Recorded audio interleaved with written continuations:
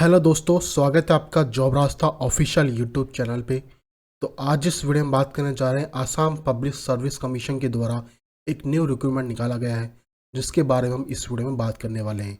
तो देखेंगे क्या नोटिफिकेशन निकाला गया है, क्या वैकेंसी है और कब तक आप उसको अप्लाई कर सकते हैं और क्या क्वालिफिकेशन आपसे मांगा गया है, वो हम इस वीडियो में देखने वाले हैं। तो उसके लिए आपको इसकी ऑफिशियल वेबसाइट पर जाना है या वीडियो डिस्क्रिप्शन में आपको जॉब रास्ता का लिंक मिल जाएगा, जहां पर आपको आसाम पीएससी रिक्रूटमेंट 2025 का नोटिफिकेशन मिलेगा, जो कि 195 पोस्टों के लिए आपका निकाला गया है। तो जैसे आप नीचे आएंगे तो यहाँ पर पोस्ट से रिगार्डिंग जितनी भी डिटेल्स है आपको जॉब रास्ता पे देखने को मिल जाएगी। साथ में जैसे आप नीचे आएंगे तो यहाँ पर ऑफिशियल वेबसाइट का लिंक मिल जाएगा, आपको ऑफिशियल नोटिफिकेशन मिल जाएगा और अप्लाई लिंक भी देखने को मिल जाएगा, जहाँ से डायरेक्टली आप इसको अप्लाई कर पाएंगे। तो अभी तक आपने हमारे चैनल को सब्सक्राइब नहीं किया तो सब्सक्राइब कर लीजिए, ताकि ऐसी इन्फॉर्मेशन आपको मिलती रहे। तो चलिए बार इसका ऑफिशियल नोटिस देख लेते हैं उसमें क्या बताया गया है। तो दोस्तों, ये इसका ऑफिशियल नोटिस है जो कि आसाम पब्लिक सर्विस कमीशन के द्वारा निकाला गया है। अब बात करते हैं पोस्ट की। तो आपका जो पोस्ट है वो एग्रीकल्चर डेवलपमेंट ऑफिसर का पोस्ट है। आपका नंबर ऑफ पोस्ट आपकी 195 पोस्ट है आपकी निकाली गई है। अब नीचे आएंगे तो कैटेगरी वाइज आपको पोस्ट देखने को मिल जाएगी। ठीक है, तो ये आपकी कैटेगरी आपको दी हुई है यहाँ पर। ठीक है, उसके अलावा आपका टोटल वैकेंसी आपकी दी हुई है। ठीक है, और ये RFW मतलब रिजर्वेशन जो है वुमेन के लिए वो आपको कितना दिया है। तो यदि ओपन कैटेगरी है उसमें आपकी 112 पोस्टें हैं, और जो महिलाओं के लिए 34 पोस्टें आपकी रिजर्व की गई हैं।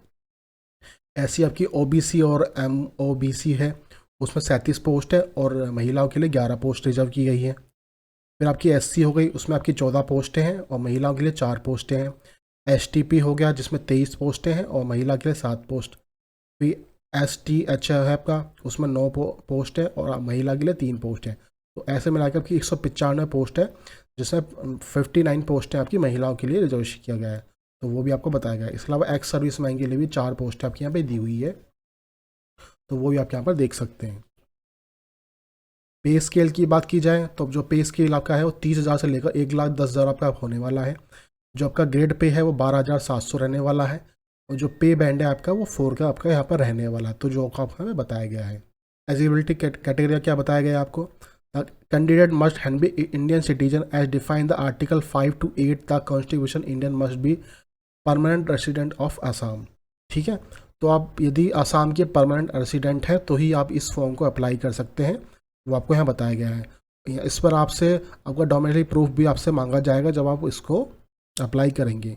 ठीक है, तो आपके पास परमानेंट जो रेसिडेंट है सर्टिफिकेट वो होना चाहिए, जो कि आसाम एजुकेशन पर्पज़ या employment exchange certificate will be treat as a proof of resident. ठीक है, तो वो आपको यहाँ बताया गया है।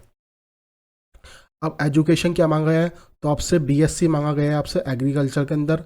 ठीक है, या आपके पास इक्विवेलेंट होना चाहिए BSc एग्रीकल्चर के अंदर। ठीक है, तो उसमें आपको यहाँ बताया गया है, जो कि रिकॉग्नाइज होना चाहिए गवर्नमेंट ऑफ आसाम के द्वारा। ठीक है, तो वो आपको यहाँ देखने को मिल जाता है। एज की बात की जाए तो एज आपकी जो 21 साल से लेकर 38 साल तक की आपकी होनी चाहिए, जो काउंट की जाएगी 1/1/2025 तक की आपकी काउंट की जाएगी। ठीक है, उसके अलावा SC ST कैंडिडेट है तो आपको 5 साल का रेशन मिल जाता है। OBC MOBC है तो आपको 3 साल का देखने को मिल जाता है। एक्स सर्विस मैन है तो मैक्सिमम आपको 50 साल तक आपकी एज होनी चाहिए, तो वो भी आपको यहाँ पर देखने को मिल जाता है। उसके अलावा PH कैटेगरी से आते हैं तो आपको 10 साल का आपको यहाँ पर मिल जाता है। तो ये सारी आपको एज मिल जाती है, एज पर गवर्नमेंट आपको देखने को मिलती है। The age limit candidate calculate basic of class 10th या 12th एग्जाम एडमिट कार्ड या पास सर्टिफिकेट मार्कशीट इशू। जो आपकी एज है उसकी जो लिमिट है वो आपकी 10th की मार्कशीट हो गई, 12वीं की मार्कशीट हो गई। ठीक है, या एडमिट कार्ड हो गया, उसके आधार पर आपका यहाँ पर माना जाएगा, तो वो आपको यहाँ बताया गया है। अब इम्पोर्टेंट डेट की बात की जाए तो आपका फॉर्म है वो 18 मार्च 2025 आपका स्टार्ट होने वाला है, जिसकी क्लोजिंग डेट आपकी रहने वाली 17 अप्रैल 2025 आपके यहाँ पर रहने वाली है। ठीक है, जो पेमेंट का जो एप्लीकेशन फ़ीस का जो लास्ट डेट रहेगा वो 19/4/2025 आपका यहाँ पर रहने वाला है। उसके अलावा यदि अब एप्लीकेशन फ़ीस की बात की जाए तो एप्लीकेशन फ़ीस में आपका, आप यदि जनरल कैटेगरी से हैं तो आपको 297.20 पैसा आपके यहाँ पर लगने वाले हैं। यदि आप OBC MOBC से हैं तो आपकी 197.20 पैसा आपके लगने वाले हैं। और अब SC ST या BPL या PS कैटेगरी से आते हैं तो 47.20 पैसा आपसे यहाँ पर लगने वाले हैं, तो वो आपको यहाँ बताया गया है। हाउ टू अप्लाई, तो उसके लिए आपको इसके ऑफिशियल वेबसाइट जाना है। जो आपका रजिस्ट्रेशन होगा पहले आपको 1 टाइम रजिस्ट्रेशन करना है, उसके द्वारा फिर आपको अपना जो पोर्टल पे जाकर आपको अपना रजिस्ट्रेशन कर लेना है, तो वो आपको यहाँ बताया गया है। यहाँ पर आपको डॉक्यूमेंट्स बताया गया कौन कौन से डॉक्यूमेंट्स आपके जरूरी होंगे, तो वो आपको यहाँ बताया गया है। ये आपका एग्ज़ाम सेंटर बताया गया है, जो भी जहाँ पर भी आपका एग्ज़ाम लिया जाएगा वो आपके यहाँ पर एग्ज़ाम सेंटर बताएं, जो कि आपके आसाम के अंदर ही आपके रहेंगे। तो वो आप यहाँ देख सकते हैं। तो इस नोटिफिकेशन में सिर्फ इतनी ही चीज़ें थी जो इम्पोर्टेंट थी, वो मैंने आपको बता दी है। तो जो भी कैंडिडेट इसमें इंटरेस्टेड है वो 17/4/2025 से पहले तक इसका जो ऑनलाइन फॉर्म है वो अप्लाई कर सकता है। बाकी कोई जानकारी चाहिए आपको तो वो आपको जॉब रास्ता पर देखने को मिल जाएगी, तो यहाँ से भी आप वो जानकारी ले सकते हैं। तो आपको हमारी ये वीडियो अच्छी लगी हो तो प्लीज़ चैनल को सब्सक्राइब कीजिए, और मैं आपसे मिलता हूँ नेक्स्ट वीडियो में। धन्यवाद।